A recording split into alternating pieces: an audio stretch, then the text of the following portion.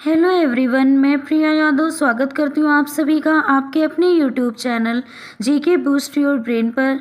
आशा करती हूँ कि आप सभी स्वस्थ होंगे। साथियों, हम कंटिन्यू कर रहे हैं यूपी स्पेशल जीके सीरीज़, जिसमें आज देखेंगे वन राष्ट्रीय अभ्यारण्य एवं उद्यान। इस सीरीज़ में हम इससे पहले उत्तर प्रदेश का सामान्य परिचय, उत्तर प्रदेश का भूगोल, जिसके अंतर्गत भौगोलिक स्थिति, जलवायु एवं वर्षा, प्रमुख नदियाँ, प्रमुख झीलें, फिर उत्तर प्रदेश का इतिहास, उत्तर प्रदेश की आर्थिकी, यूपी बजट, प्रमुख लोकगीत, लोक गायिकाएं, सांस्कृतिक, फिर एकेडमीज़, ये सभी टॉपिक हम कवर कर चुके हैं, जिनकी लिंक डिस्क्रिप्शन बॉक्स में दी है। चलिए सेशन स्टार्ट करते हैं। फर्स्ट पॉइंट हमारा मोस्ट इम्पॉर्टेंट है, देखिएगा कि राष्ट्रीय वन नीति के अनुसार कुल भौगोलिक क्षेत्र के 33.3% 33.3% भूभाग पर वन होने चाहिए। ये पूछा जाता है कि कितने प्रतिशत भूभाग पर राष्ट्रीय वन नीति के अनुसार वन होने चाहिए, तो 33.3%। अब देखिएगा, भारतीय वन रिपोर्ट 2017 के अनुसार उत्तर प्रदेश में कुल अभिलिखित वन क्षेत्र 14,679 वर्ग किलोमीटर 14,679 वर्ग किलोमीटर, जो कि कुल भौगोलिक क्षेत्रफल का 6.09% है। फिर देखिएगा, उत्तर प्रदेश में वन क्षेत्रों को बढ़ाने के लिए बरेली, पीलीभीत, बिजनौर, मेरठ, बदायूं और सहारनपुर जिलों में हाईटेक नर्सरी विकसित करने का कार्य शुरू किया गया है। 11 जुलाई 2016 को उत्तर प्रदेश सरकार द्वारा ग्रीन यूपी क्लीन यूपी अभियान के तहत 5 करोड़ से भी अधिक वृक्ष लगाने का रिकॉर्ड स्थापित किया गया था। अब देखिएगा, पहले वन केंद्रीय सरकार के संरक्षण में होते थे, किंतु 1935 से राज्य सरकारों की संपत्ति हो गए हैं। तो याद रखिएगा, जो वन है वो राज्य सरकारों की संपत्ति के अंतर्गत आते हैं। अब देखिएगा, पूर्ण राज्य का वन प्रबंधक प्रधान कंजर्वेटिव ऑफ फॉरेस्ट होता है। उसके नीचे क्रमशः कंजर्वेटिव ऑफ फॉरेस्ट, फिर कंजर्वेटिव, फिर डिप्टी कंजर्वेटिव, फिर फॉरेस्ट रेंजर, फिर फॉरेस्ट गार्ड होता है। फिर देखिएगा, वन संबंधी शिक्षा का प्रारंभ 1978 में फॉरेस्ट स्कूल ऑफ देहरादून के नाम से हुआ। 1884 में इसका नाम बदलकर इंपीरियल फॉरेस्ट कॉलेज देहरादून रखा गया। वर्तमान में इसका नाम इंपीरियल फॉरेस्ट कॉलेज देहरादून है। अब देखिएगा, वर्तमान में इसके नाम पर नज़र डालिएगा, इंडियन फॉरेस्ट कॉलेज। यहाँ केवल रेंजर की शिक्षा दी जाती है। फिर 1912 में दक्षिण भारत में तमिलनाडु के कोयम्बटूर के दक्षिण फॉरेस्ट रेंजर कॉलेज की स्थापना हुई। 1914 में देहरादून में फॉरेस्ट रिसर्च इंस्टीट्यूट की स्थापना हुई। इसके बाद यहीं 1929 में एक और वन अनुसंधान केंद्र की स्थापना की गई। अब देखिएगा, 1929 में हमारी पूर्ण स्वराज की मांग भी की गई थी, याद रखिएगा। इससे पहले हमने जो हमारे मैराथन क्लासेज हैं उसमें modern history, geography marathon, polity, economics, इन सभी टॉपिक्स को कवर किया है। इनकी लिंक डिस्क्रिप्शन बॉक्स में दी है, प्लेलिस्ट से जाकर आप देखिएगा। अब हम देखते हैं, प्रशासनिक दृष्टि से वनों को 6 भागों में विभाजित किया गया है। तो फर्स्ट है आरक्षित वन। अब देखिएगा, आरक्षित वन कौन से होते हैं? इन वृक्षों में वृक्षों को काटना व पशुओं को चराना अवैध है। तो वो वन जिसमें वृक्षों को काटना, पशुओं को चराना अवैध हो, आरक्षित वन कहलाते हैं, याद रखिएगा। अब देखिएगा, रक्षित वन, स्थानीय लोगों को पशु चराने व लकड़ी काटने की सुविधा होती है। अवर्गीकृत वन, इन वनों में वृक्षों का काटना और पशुओं का चराना स्वतंत्रता पूर्वक किया जाता है। किसमें? अवर्गीकृत वन में। फिर देखिएगा, राजकीय वन, ये वन पूर्ण रूप से सरकार के नियंत्रण में होते हैं। फिर सामुदायिक वन, ये वन स्थानीय जिला परिषदों तथा नगर पालिकाओं के नियंत्रण में होते हैं। इसके बाद देखिएगा, निजी वन, ये वन व्यक्तिगत लोगों के अधिकार में होते हैं। अब देखिएगा, वन नीति 26 दिसंबर 1988 को राज्य सरकार द्वारा राज्य वन नीति घोषित की गई, जिसका मुख्य उद्देश्य पर्यावरण स्थिरता व पारिस्थितिक संतुलन को बनाए रखना है। अब देखिएगा, कुछ इंपॉर्टेंट पॉइंट्स हैं यहाँ पर जो कि ऑब्जेक्टिव क्वेश्चंस में पूछे गए हैं कई बार। सर्वाधिक वन क्षेत्र वाला जिला सोनभद्र, तो सर्वाधिक वन क्षेत्र वाला जिला सोनभद्र। फिर न्यूनतम वन क्षेत्र वाला जिला संत रविदास नगर। राज्य का एकमात्र राष्ट्रीय उद्यान दुधवा राष्ट्रीय उद्यान, तो उत्तर प्रदेश राज्य का एकमात्र राष्ट्रीय उद्यान दुधवा, और ये कहाँ पड़ता है? लखीमपुर खीरी में, याद रखिएगा लखीमपुर खीरी में।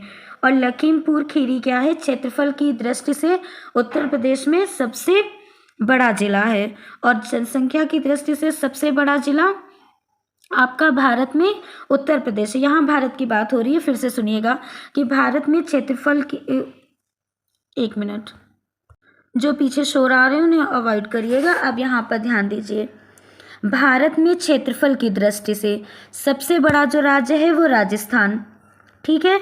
और भारत में जनसंख्या की दृष्टि से जो सबसे ज़्यादा पॉपुलेशन है जहाँ, वो है उत्तर प्रदेश। अब हम यहाँ बात कर रहे हैं उत्तर प्रदेश की, तो उत्तर प्रदेश में हमने बात की दुधवा राष्ट्रीय उद्यान की, तो ये है लखीमपुर में। अब उत्तर प्रदेश के अंतर्गत क्षेत्रफल की दृष्टि से जो सबसे बड़ा जिला है वो है हमारा लखीमपुर खीरी, याद रखिएगा, और यही दुधवा राष्ट्रीय उद्यान है, ठीक है। तो यहाँ से हमने एकदम क्लियर कॉन्सेप्ट के साथ में इन पॉइंट्स को रिवाइज कर लिया। अब हम आगे देखते हैं टाइगर रिजर्व्स, तो ये दुधवा और पीलीभीत, फिर देखिएगा प्राणी उद्यान लखनऊ और कानपुर। इसके बाद देखेंगे हम राज्य का प्रथम पक्षी विहार जो है वो नवाबगंज पक्षी विहार है। फिर राज्य का सबसे बड़ा पक्षी विहार लाख बहोसी पक्षी विहार है। राज्य का सबसे छोटा पक्षी विहार पटना पक्षी विहार। फिर राज्य का प्रथम वन्यजीव विहार चंद्रप्रभा वन्यजीव विहार। फिर देखिएगा राज्य का सबसे छोटा वन्यजीव विहार हस्तिनापुर वन्यजीव विहार। हाथियों के संरक्षण हेतु केंद्र द्वारा प्रायोजित प्रोजेक्ट एलिफेंट कब शुरू किया गया, 1922 में, याद रखिएगा। फिर देखिएगा एलिफेंट रिजर्व स्थापित करने की योजना सहारनपुर और बिजनौर में। अब देखिएगा उत्तर प्रदेश के जो प्रमुख राष्ट्रीय उद्यान है, वन्यजीव विहार व प्राणी उद्यान है, तो देखिएगा कौन कौन से और क्या। दुधवा राष्ट्रीय उद्यान हमने ऊपर अभी देखा, लखीमपुर खीरी में 490 वर्ग किलोमीटर में, 1997 में स्थापना। अब देखिएगा यहाँ पर स्पेशलिटी यहाँ की क्या है, तो बाघ, तेंदुआ, घड़ियाल, मगर, कछुआ, अजगर, सांबर, चीलतर। अब देखिएगा काकड़, बारहसिंगा, गैंडा, भालू। फिर देखिएगा चंद्रप्रभा वन्यजीव विहार, ये कहाँ है, चंदौली में, 78 वर्ग किलोमीटर में। यहाँ के जो प्रमुख वन्यजीव हैं वो कौन से हैं, तेंदुआ, काला हिरन, चिकारा, चीतल, सांबर, लकड़बग्घा, गीदड़ एक्सेट्रा।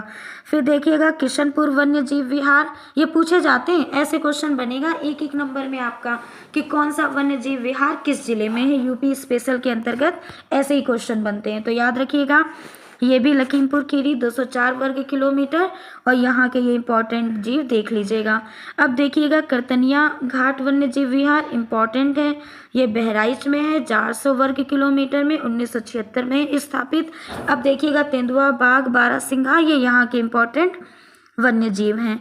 फिर देखिएगा रानीपुर वन्यजीव विहार बांदा चित्रकूट में 230 वर्ग किलोमीटर, और ये यहाँ के प्रमुख जीव। फिर देखिएगा महावीर स्वामी वन्य जीव विहार ललितपुर में 5.4 वर्ग किलोमीटर, 1977 में स्थापित। काला मृग, नीलगाय, जंगली सुअर एक्सेट्रा। अब देखिएगा राष्ट्रीय चंबल वन्य जीव विहार आगरा व इटावा में 1979 में स्थापित। घड़ियाल, मगर, गेंगेटिक, डॉल्फिन। अब देखिएगा जब भी गेंगेटिक डॉल्फिन की बात आए तो राष्ट्रीय चंबल विहार वन्य जीव लगाइएगा। अब देखिएगा कमूर वन्यजीव विहार मिर्जापुर एवं सोनभद्र की विंध्य पर्वत श्रृंखलाओं में 501 वर्ग किलोमीटर में 1982 में स्थापित।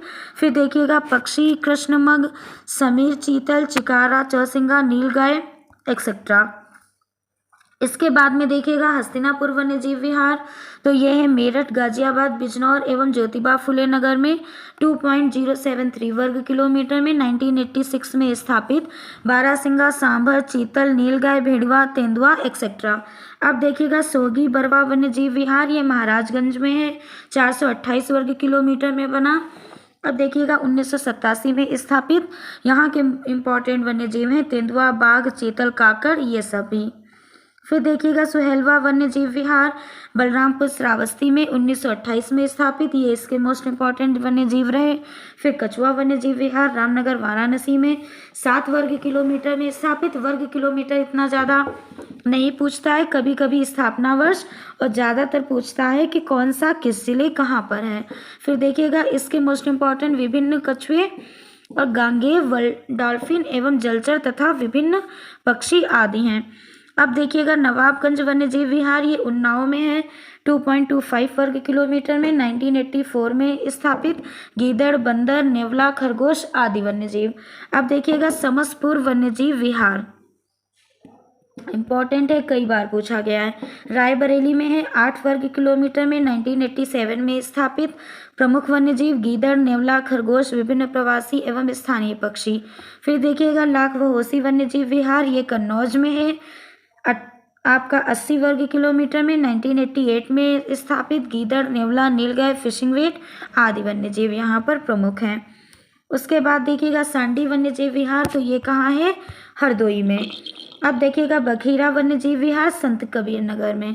फिर देखिएगा ओखला वन्यजीव विहार, गाजियाबाद एवं प्रमुख ये आपका गौतम बुद्ध नगर में। फिर सामान्य वन्यजीव विहार मैनपुरी में, और इनकी डिटेल यहाँ पर भी दी हुई है, अपनी नोटबुक में नोट्स बना लीजिएगा। अब देखिएगा समान वन्यजीव विहार मैनपुरी में।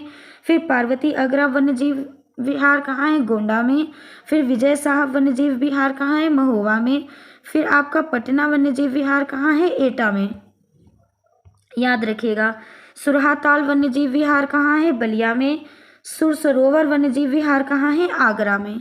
इसके बाद में देखिएगा डॉक्टर भीमराव अंबेडकर पक्षी विहार कहाँ है, प्रतापगढ़ में। कानपुर प्राणी उद्यान कहाँ है, कानपुर में, 75 हेक्टेयर में बना हुआ। फिर लखनऊ प्राणी उद्यान कहाँ है, लखनऊ में। इसके बाद में देखिएगा तो दोस्तों आज हमने इस मोस्ट इम्पॉर्टेंट टॉपिक को कवर कर लिया है। आशा करती हूँ कि आपको ये वीडियो पसंद आया होगा। हमारे चैनल पे नए हैं तो इसे सब्सक्राइब करें और इसे अन्य साथियों के साथ में शेयर करें, वीडियो को लाइक करें।